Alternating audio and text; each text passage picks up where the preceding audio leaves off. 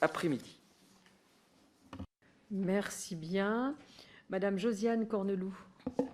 Merci Madame la Présidente. Monsieur le Directeur Général, la crise sanitaire, parce qu'elle a bousculé de façon inédite les acteurs du système de santé, a fait sauter de nombreux verrous et a permis d'ouvrir le système de santé à de nouvelles pratiques.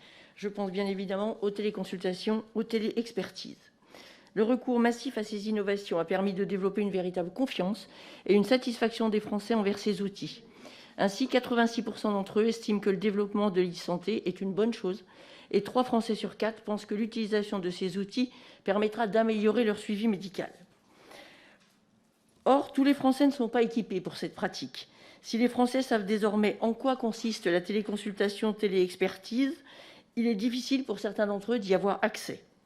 En effet, les personnes âgées ne disposent pas forcément d'un smartphone, d'une tablette, ou d'un ordinateur et doivent faire appel à une tierce personne. De nombreuses expérimentations ont été conduites dans des officines, tant en termes de téléconsultation que de téléexpertise, qu'elles soient dermatologiques, suivi des plaies ou autres. Ces expérimentations sont extrêmement probantes parce que les patients connaissent leur pharmacien, lui font confiance. De plus, avec les 22 000 officines présentes sur le territoire national, nous avons un vrai maillage du territoire. Ce sont donc des acteurs de proximité facilement accessibles, permettant un accès facile d'accès aux soins pour tous. Ces expérimentations permettent de réduire considérablement les délais d'accès, notamment à des spécialistes, et réduisent considérablement les pertes de chance, mais aussi limitent les transports et donc les coûts.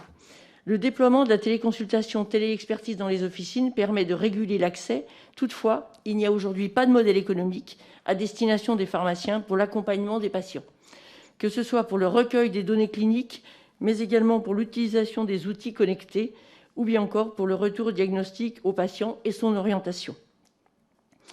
Comment remédier à cela et permettre un déploiement de la téléconsultation téléexpertise dans toutes les officines du territoire national?